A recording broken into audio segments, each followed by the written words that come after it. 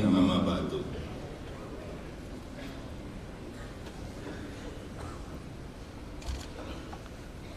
Yang saya hormati yang mulia Pak Isham, PPNU, Romo Kiai Haji Miftahul Ahyar,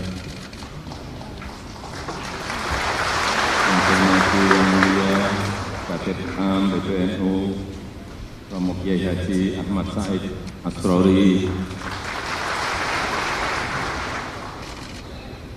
yang saya hormati para pimpinan lembaga negara, para menteri,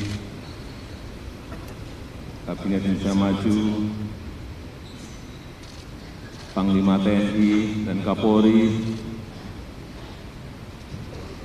yang saya hormati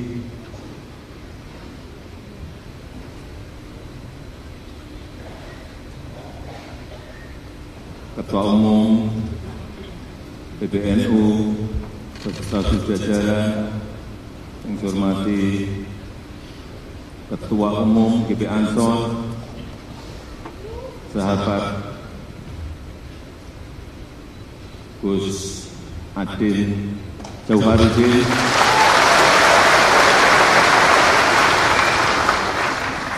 beserta seluruh jajaran pengurus baru,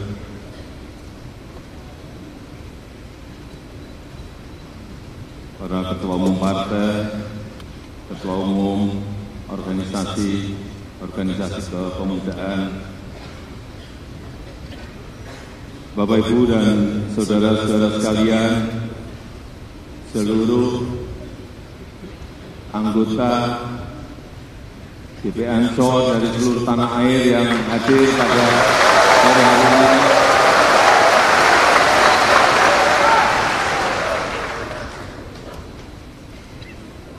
Salam satu komando. Siapa kita? NKRI, Pancasila, Aswaja, Nusantara, Ansor masa depan.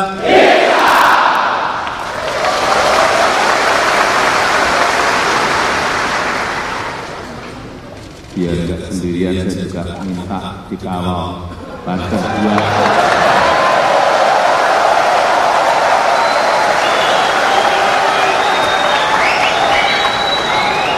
Masa tadi Pak Ketua Umum PBNU dikawal, Pak Ketua GP Ansor dikawal, saya enggak.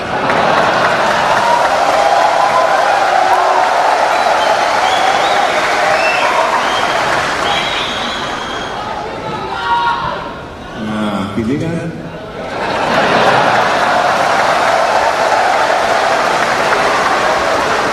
ini kan kalau dilihat cakep.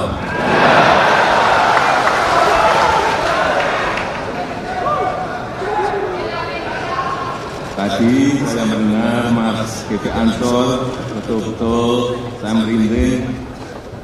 Ansor maju satu barisan, 1000 rintangan patah semuanya.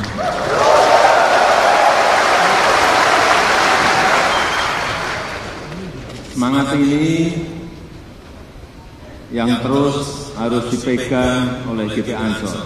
Semangat persatuan dan semangat pantang menyerah.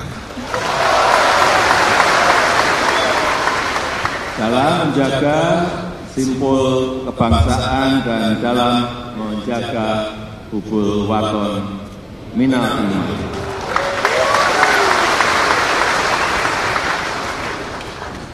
Saya juga senang tadi pas Ketua Umum GP Ansor beserta jajaran pengurus baru dilantik, dilayarkan muncul profil-profilnya. Ada yang gini, ada yang hormat. Saya kaget ada yang gini juga. Ada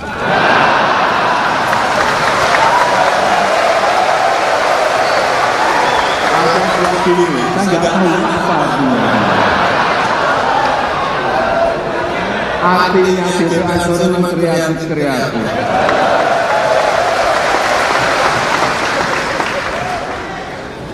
ada aja.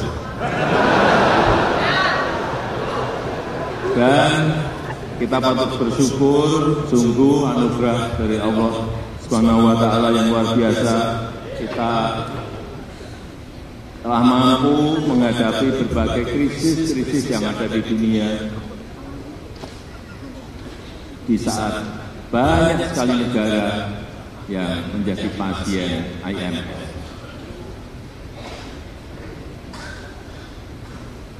Lebih dari 96 negara menjadi pasien sekarang ini. Dan kalau kita melihat di jajaran negara besar G20, selalu pertumbuhan ekonomi kita masuk ke 3 besar atau 5 besar.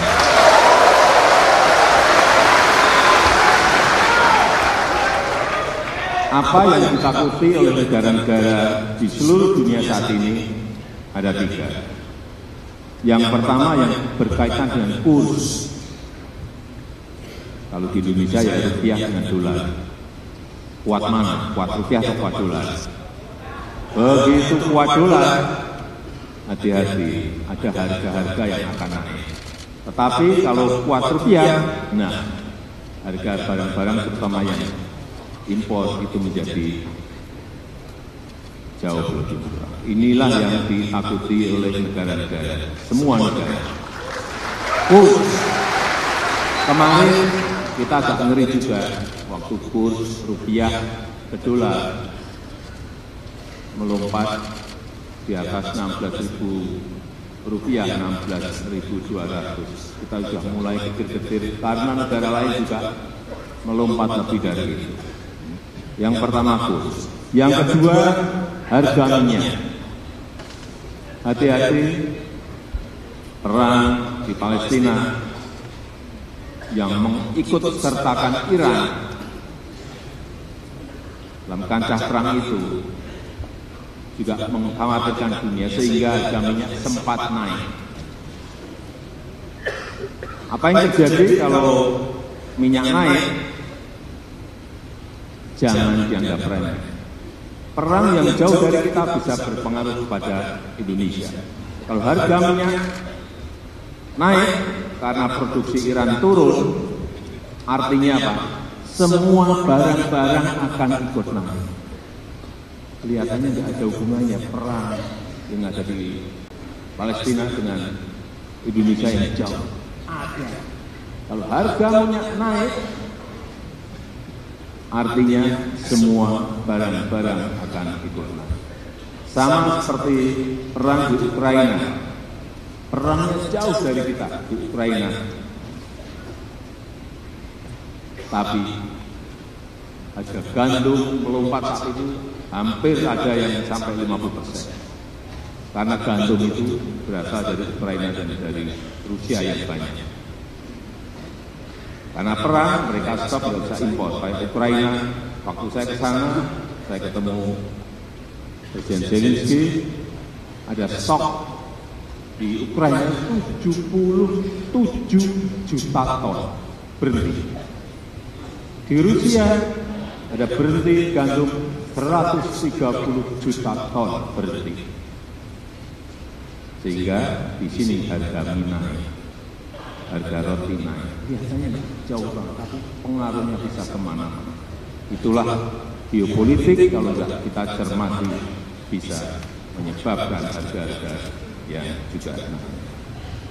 Kemudian yang ketiga yang ditakuti oleh semua negara yang namanya bunga pinjaman.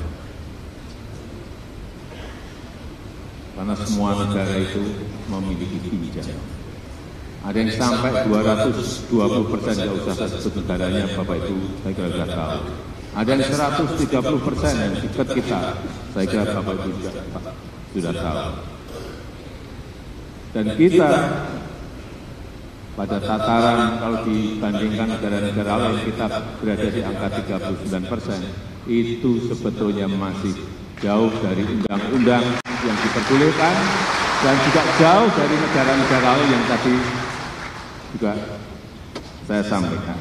Ini sekali lagi patut kita syukuri bersama. Dan momentum baik ini harus terus kita pertahankan, bahkan terus harus kita tingkatkan untuk mencapai Indonesia Emas 2045, 20 tahun yang akan datang. Yang paling penting menurut saya, bagaimana kita bisa menjaga agar tidak terjadi turbulensi politik. Kita menjaga semuanya agar ada stabilitas politik, karena itu menjadi kunci pembangunan di negara manapun. Kalau ini tidak bisa kita pertahankan, yang terjadi adalah kerusakan ekonomi kembali. Sebab itu, di sini ketua-ketua partai, ke depan sekali lagi stabilitas politik itu sangat penting sekali. Oleh sebab itu, pembangunan merata perlu keberlanjutan. Hilirisasi industri perlu keberlanjutan. Program-program kerakyatan itu perlu keberlanjutan. Transformasi menuju ekonomi hijau juga perlu keberlanjutan. Pengembalian aset seperti Freeport, Newmont, Rokan itu juga perlu keberlanjutan.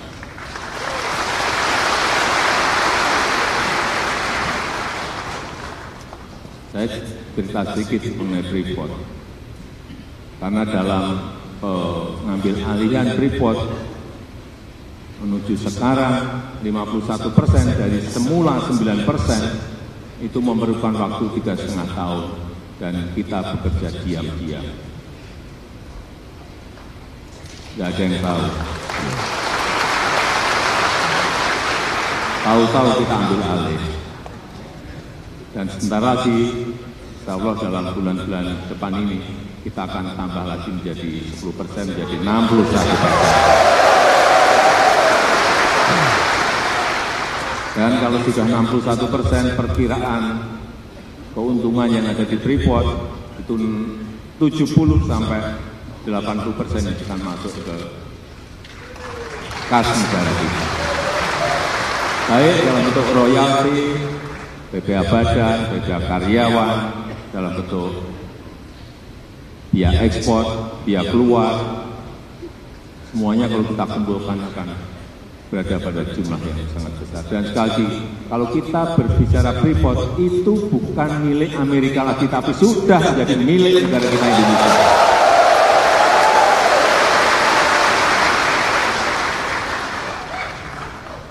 Sudah menjadi milik kita.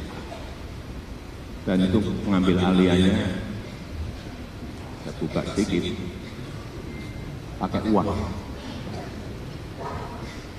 Tidak pakai kekuatan, tapi pakai uang. Uangnya ngambilnya dari Amerika. Kita bayar ke Freeport. Dalam 4 tahun pasti akan sudah lunas. Insya Allah tahun ini sudah lunas.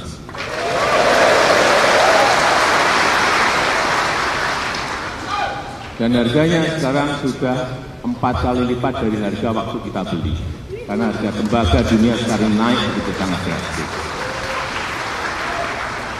Artinya kita untung dan untung. Untungnya saat itu pemiliknya mau melepas. Karena kondisi goncangan ekonomi saat itu.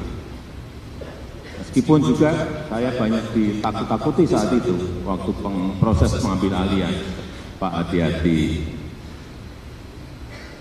Papua bisa bergolak. Besoknya ada lagi, Pak hati-hati, Papua bisa lepas dari Indonesia. Besoknya lagi memberitahu, Pak hati-hati, Indonesia akan bergejolak kalau Freeport diambil oleh negara. Tapi pengambil alihan itu tidak dengan kekuatan power negara, dengan cara-cara bisnis.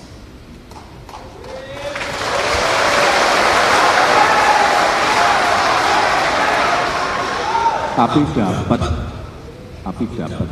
Begitu juga dengan Rokan. Rokan minggu ini saya akan cek lagi setelah kita ambil alih dari Chevron Amerika dan kita ambil alih 100%, saya mau cek apakah kita kelola sendiri itu lebih baik daripada dikelola oleh asing.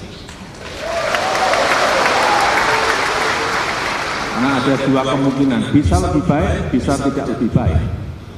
Dan saya harapkan nanti minggu depan saya kerokan, semoga hasilnya lebih baik dari sebelumnya. Ada yang hafal Pancasila? Karena nanti 1 Juni sebentar lagi akan menjadi hari Ada yang hafal Pancasila? Tunjuk jari.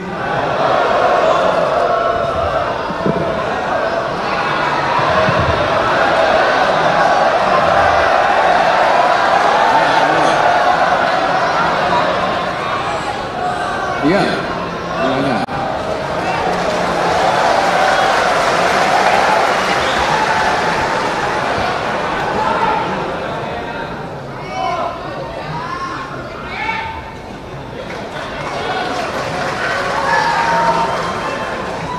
Ternyata putri.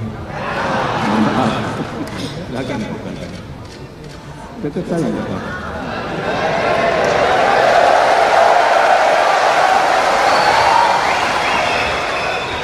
Dikenalkan nama Suherlina dari Depok.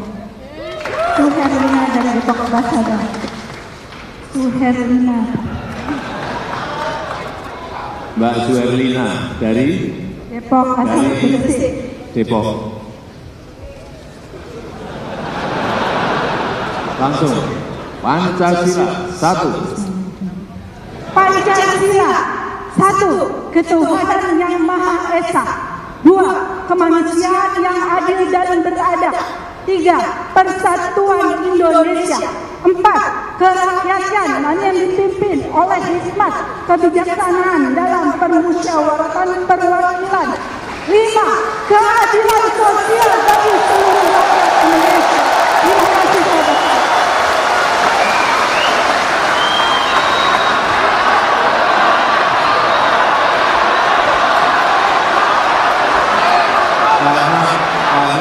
Karena penyampaiannya jelas, dengan suara yang lantang, saya beri sepeda.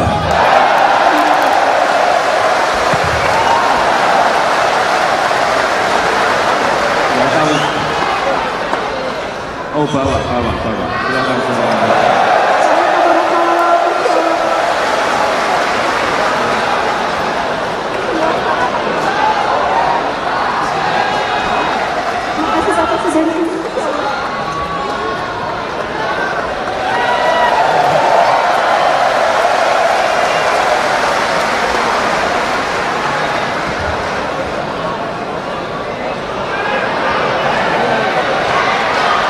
Terakhir, saya mengucapkan selamat bertugas, selamat bekerja kepada seluruh kepengurusan GP Ansor yang baru.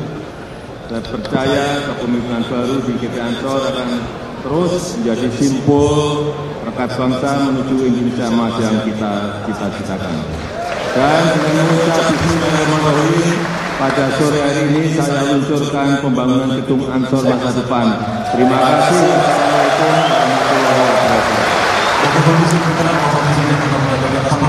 Kami mengundang naik atas panggung Ketua PBBN, Ketua Umum PBBNU, Ketua Dewan Penasihat PBGB Ansor, Ketua Umum PBGB Ansor, Menteri Sekretaris Negara, Panglima TNI dan Kapolri.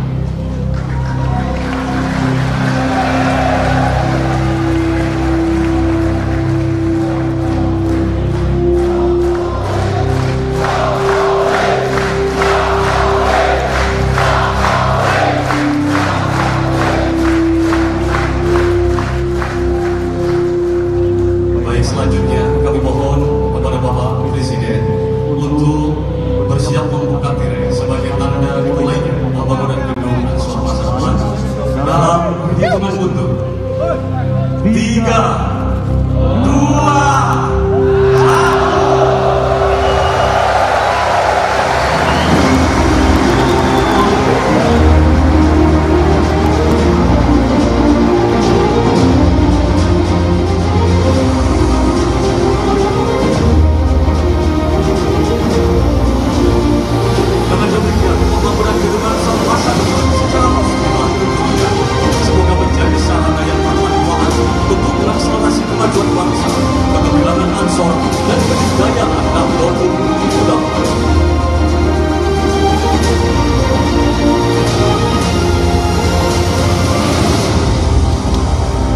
terima kasih kami haturkan yang telah Presiden Republik Indonesia